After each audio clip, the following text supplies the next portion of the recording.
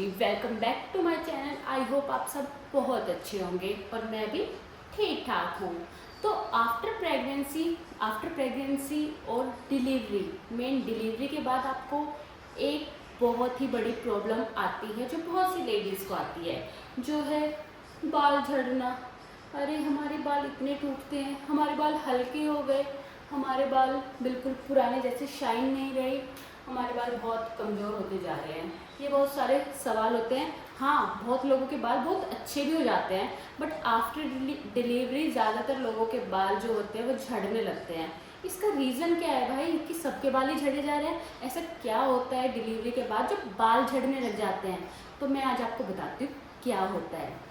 आप डिलीवरी के बाद एकदम से आपके जो हॉर्मोन्स लेवल है वो नीचे जाता है, और हॉर्मोन्स लेवल नीचे जाते हैं जो हमारे बालों का नहीं, स्किन का, नेल्स का। जैसे आपका प्रेगनेंसी में नेल्स बहुत जल्दी जल्दी बढ़ते हैं, बाल भी कहते हैं बहुत जल्दी जल्दी बढ़ने लग जाते हैं, और बहुतों के बहुत जल्दी जल्दी रफ भी हो जाते हैं, टूटने भी लगते हैं। तो बॉडी टू बॉडी डिपेंड करता है ये कि किसके शाइन करेंगे, किसके डल होंगे।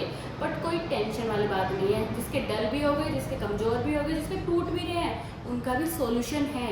सारी चीज़ों का सोल्यूशन होता है, तो शांति से सोचिए, स्ट्रेस मत लीजिए। तो सबसे बड़ा इसका क्या सॉल्यूशन है?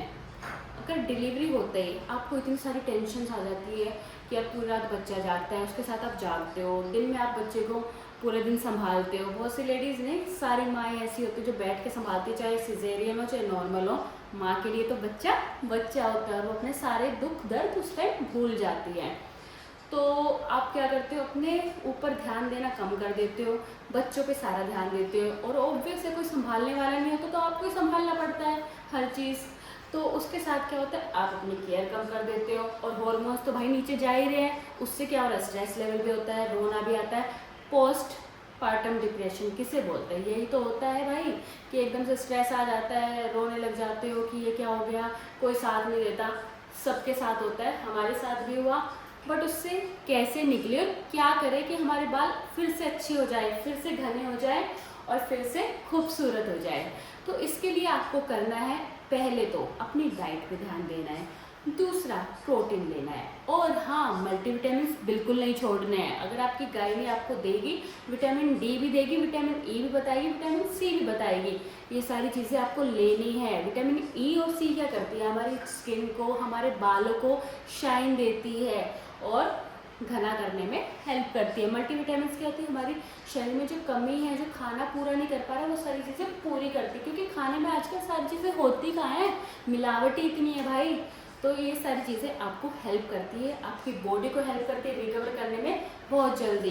तो आपकी गायनी ये सारी चीज़ें आपको लिख के देती है फॉर 3 मंथ्स। तो 3 मंथ्स तो आप लीजिए ही लीजिए, उसके बाद भी आप कंटिन्यू कर सकते हैं 6 मंथ्स 1 ईयर। वो आप अपनी गायनी से सजेस्ट करिए कि मैं कब तक ले सकता हूँ, अगर वो आपको अच्छा लग रहा है, वो खा के एनर्जी फील हो रही है, तो ये सारी चीज़ आप करिए, आपके बाल फिर से खूबसूरत घने। हाँ, स्ट्रेस बिल्कुल मत लीजिए, लोग बोल रहे हैं बोलने दीजिए, जो कर रहे हैं करने दीजिए, आप एकदम टेंशन फ्री अपने बच्चे को रखिए।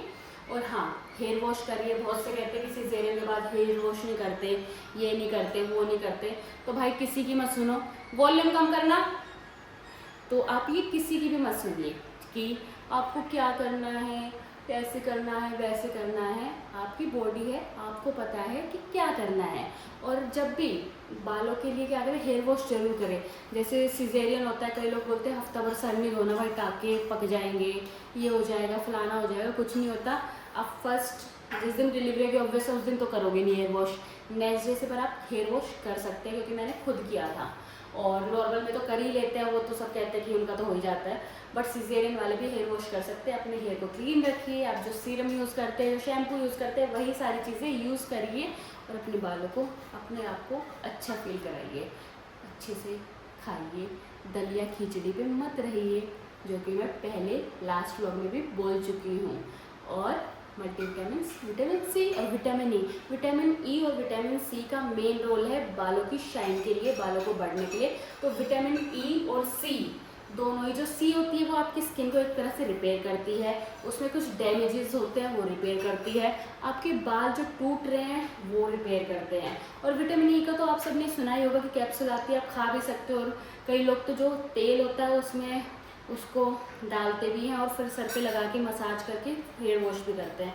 तो ये सारी चीज़ें आप कर सकते हैं। और बहुत से तो भाई आंवला, रीठा, इन सारी चीज़ों का एक शैम्पू बनाते हैं, वो लगाते हैं, उनके तो बाल अलग ही होते हैं। पर जो नॉर्मल शैम्पू जैसे मैं यूज़ करती हूँ वैसे आप भी कर सकते हैं। तो विटामिन ई और विटामिन सी इनको लीजिए ताकि आपके बाल टूटे कम, झड़े कम और घने हो जाए, लंबे हो जाए, सुंदर हो जाए। तो भाई मेरे बाल बीच में प्रेगनेंसी के टाइम पे तो थोड़े हो गए थे, जब मैं प्रेग्नेंट थी तो रफ़ हो गए थे। पता नहीं क्यों हो गए थे, वो हॉर्मोन्स का होता है, बीच में शाइन आ जाते थे, बीच में रफ़ हो जाते थे। बट आफ्टर डिलीवरी मेरे बालों में थोड़े टूटे। स्टार्टिंग में ऐसा नहीं कहूँगी नहीं टूटे, बट मैंने मल्टीविटामिन्स और विटामिन ई और विटामिन सी लेते रहे तो उससे आपके बाल अच्छे रहे। तो आप भी ये ट्राई करिएगा और मुझे बताइएगा कि आपके बालों में कैसी ग्रोथ है। और किसी को सजेशन देना हो वो भी दे सकते हैं कमेंट बॉक्स में। तो मिलते हैं नेक्स्ट व्लॉग में, तब तक के लिए राधे राधे।